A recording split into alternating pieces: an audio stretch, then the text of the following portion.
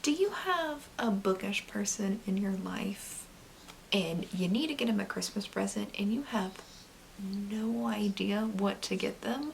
Well, lucky for you, today that is what I am going over, a bookish gift guide.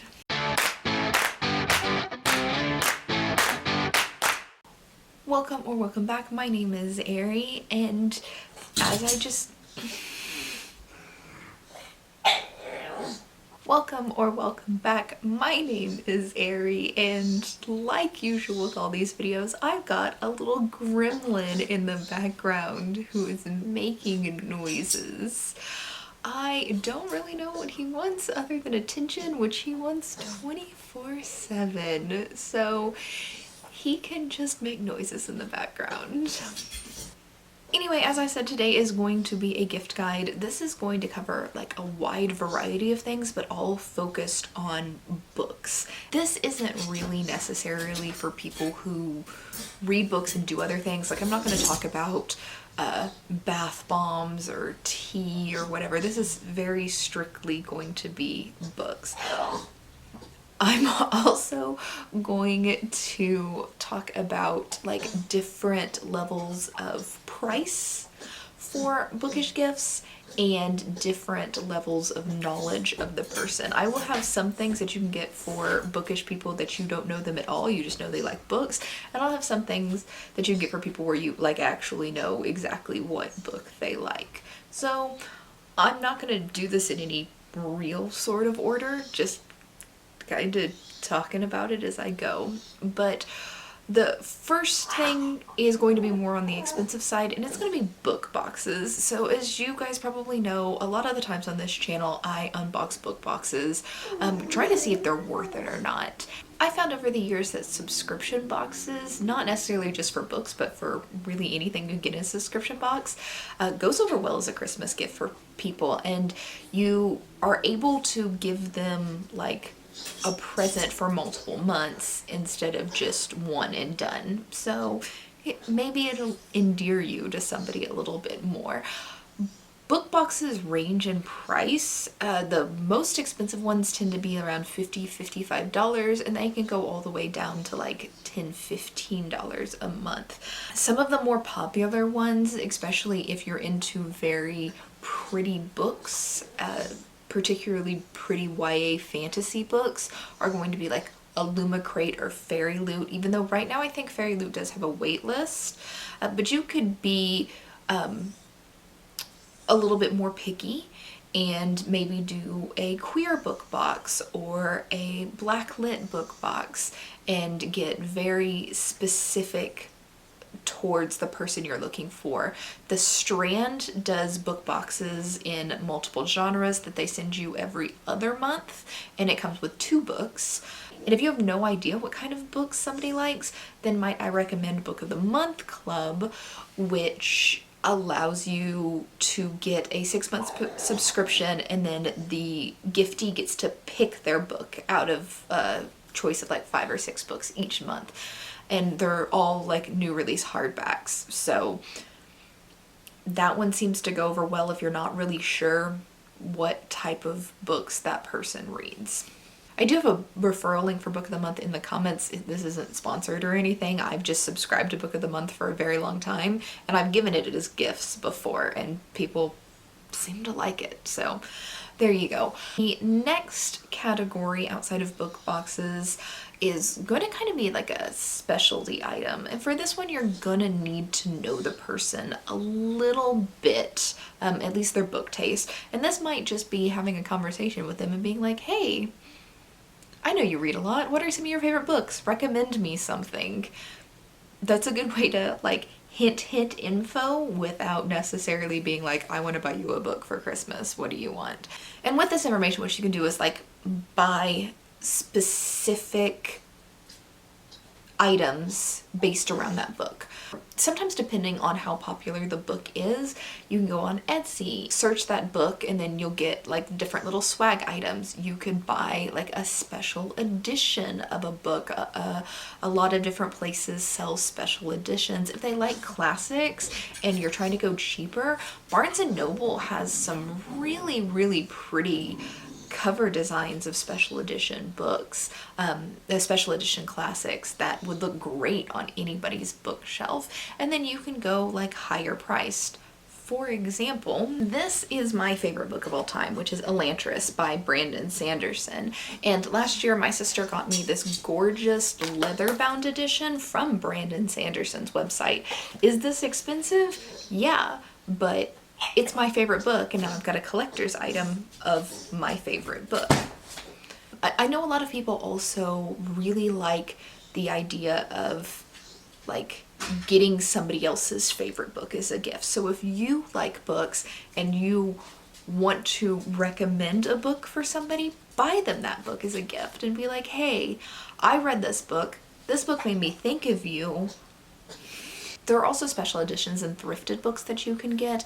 I know personally, this year for Christmas, I sent my boyfriend on an impossible task of a classic book that I want that has the ugliest cover from the 70s, and I was like, I want this book from the 70s if you can find it. Is he gonna find it? Probably not, but really unique and cool gifts like that are very, very fun. So now that we've talked about like books, like what other non-book items can you get for a book lover? And these can be used as stocking stuffers, or they can be the gifts themselves, or you can kind of like combine them all together and make a little book box for yourself. Or as a book person, I think that would be a really cool gift to get, is to get a book and then some bookish items that go along with that book in like a little gift basket or gift box or something like that. And to me that feels like a well thought out gift. But bookish items, let's talk about those. So obviously bookmarks. Bookmarks make great gifts, great stocking stuffers, and let me tell you, I have bookmarks just scattered all over my house, and I just like dig around in a drawer or a shelf near me and be like, here's a bookmark, great, I can save this page and go do something else for a minute.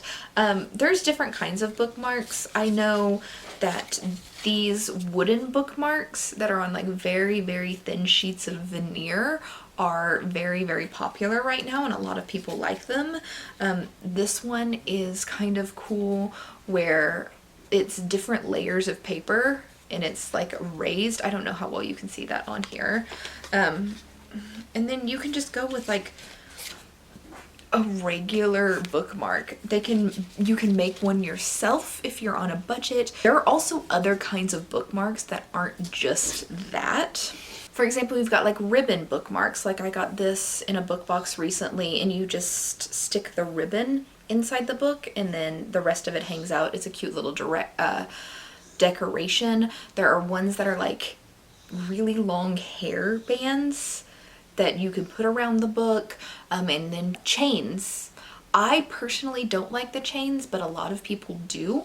I actually prefer just a standard bookmark, but that's just me. Another option, I got this from Page One in a book subscription, and these are the coolest things and I use them all the time. They're itty bitty little metal tabs, right? And so you can grab one of these and you slide it over the page wherever you are, and it'll point exactly to a line. So you can use this as a bookmark, or how I use it is I use it to like mark different quotes that I want to talk about later in a video in a book. And then I can easily pull them out and reuse them instead of the little like sticky tabs that you have to throw away. So these are really, really cool, and I highly recommend them, especially if you know somebody who likes to tab but also doesn't want to use plastic tabs. Another good idea for book lovers, especially if you know somebody who commutes and carries a book with them on their commute or travels a lot, are book sleeves. So what these are padded pockets, and you just slide your book in there and it protects the outside of the book from whatever you're carrying it in. So instead of just putting a book in your backpack and potentially like catching on other things in your backpack and bending the cover or screwing up the pages, these will protect it. You can get them like this that are just like a really padded sleeve with no top, or you can get some like this that have like a top that closes so the book won't fall out. Things like this you can get from Etsy, or you can even honestly get them on Amazon if you're in a rush for anything. Some bookstores sell them, but you can really just find these all over the internet.